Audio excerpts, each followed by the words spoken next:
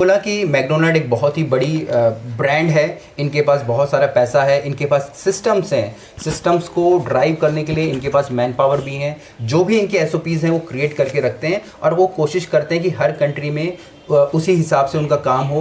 जो एक बर्गर अगर कोई अमेरिका में खा रहा है, वही बर्गर अगर वो दूसरी कंट्री में खा रहा है वो सेम हो, उनको सर्व करने की भी टाइमिंग एक ही हो, पर फेल तब भी हो रहा है। एसओपीज़ आप बोल सकते हैं कि यहाँ पे कंप्लीटली ये नहीं है कि अगर आप एसओपीज़ भी क्रिएट कर पा रहे हैं तो आपके बिजनेस सक्सेसफुल हो पा रहा है।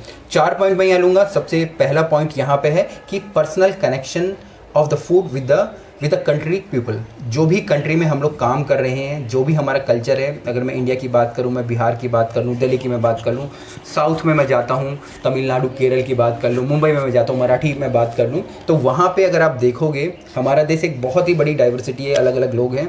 तो जहाँ पर भी हम लोग कल्चर और फूड को इंक्लूड करने में सक्सेस हासिल नहीं कर पाते, हमारा बिजनेस फेल हो जाता है। अगर मैकडोनल्ड चाहता कि मैं सेम वही बर्गर इंडिया में बेचने लग जाऊं तो वो फेल हो जाता, पर उसने इंडियन मार्केट के अनुसार अपने बर्गर्स बनाए। एक आलू मैक टिक्की बर्गर है जिसने कि हमारी जो ट्रेडिशनल टिक्की है, हमारे स्नैक्स को है, वो बर्गर के रूप में उन्होंने पेश कर दिया।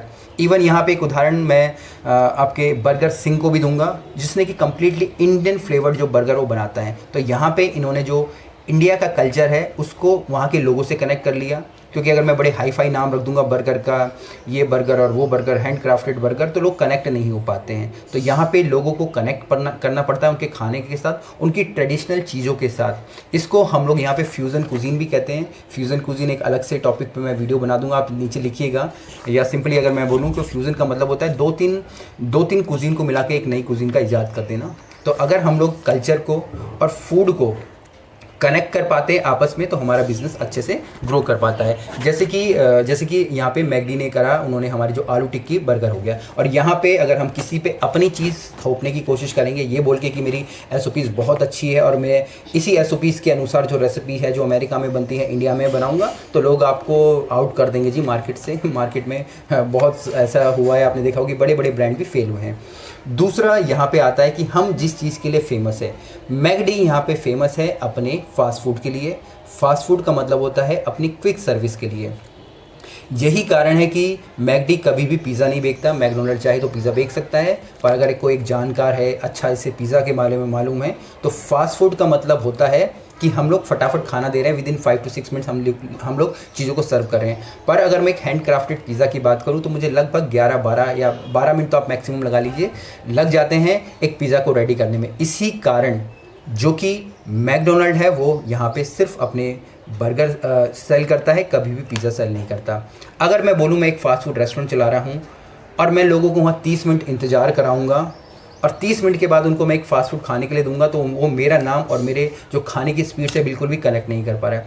उसी प्रकार मैं बोलता हूँ कि मैं एक फ़ाइन डाइनिंग रेस्टोरेंट चला रहा हूँ और मैं उनको खाना 2 मिनट के अंदर सर्व कर देता हूँ, तो फिर फाइन डाइनिंग का मतलब क्या हो जाता है। तो यहाँ पे लोगों के जो फूड का कल्चर है या जो टाइमिंग है उसको हम लोग जज करने में, और या फिर जो भी हमारे रेस्टोरेंट की जो भी कैटेगरी है, चाहे वो फाइन डाइनिंग बोल दो, टेक अवे बोल दो, क्लाउड किचन बोल दो, उसके साथ अगर कनेक्ट नहीं कर पा रहे हैं तो लोग हमारे साथ भी कनेक्ट नहीं कर पाते हैं और वो भाग जाते हैं किसी दूसरे रेस्टोरेंट पे।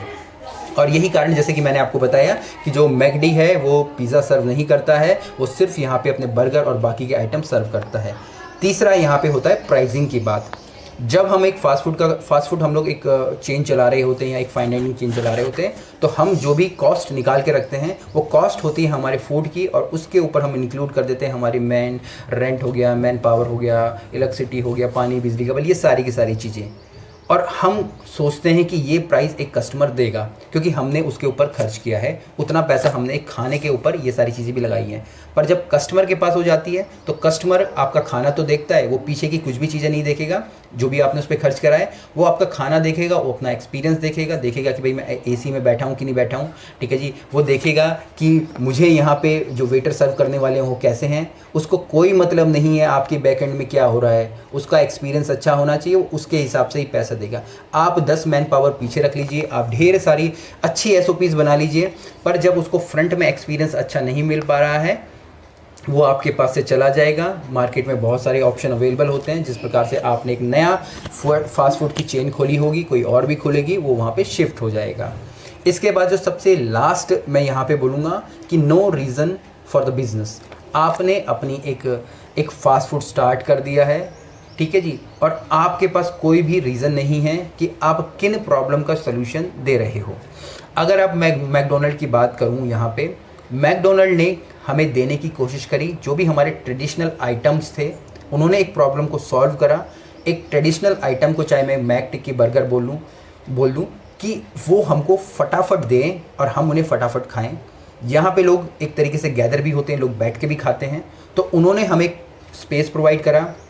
और जो हमारा कल्चर था कि भाई हमें फटाफट आके खाना खाना है, खाना लेके जाना है, उस चीज़ का उन्होंने सोल्यूशन देने की कोशिश करा। वियतनाम एक ऐसा कंट्री है जहाँ पे कि हमारा मैकडोनल्ड इसलिए ही फेल हुआ क्योंकि मैकडोनल्ड का जो खाना है वो थोड़ा लेट है, लेट इन द सेंस कि उसमें ज़्यादा टाइम लगता है वियतनामी खाने के अनुसार। वियतनामी खाना जल्दी बन जाता है अगर मैं मैकडोनल्ड से कंपेयर करूँ, तो यही एक रीज़न था कि वियतनाम में हमारा जो मैकडोनल्ड फेल हुआ।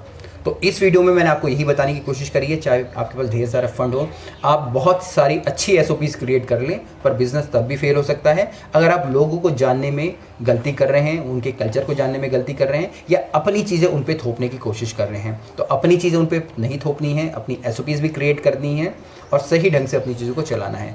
इसके अलावा मेरे पर्सनल कोचिंग के प्रोग्राम्स भी होते हैं जिन्हें कि आप इनरोल कर सकते हो, जिनके लिए आप मुझे व्हाट्सएप पे या डिजिटल शेफ हब पे कांटेक्ट कर सकते हो और उनकी जानकारी ले सकते हो। इसके अलावा कुछ भी क्वेश्चन है, कमेंट से आप मुझे नीचे लिखिएगा या व्हाट्सएप पे कांटेक्ट करिएगा। फिर मिलेंगे एक नए वीडियो में, तब तक के लिए जय हिंद।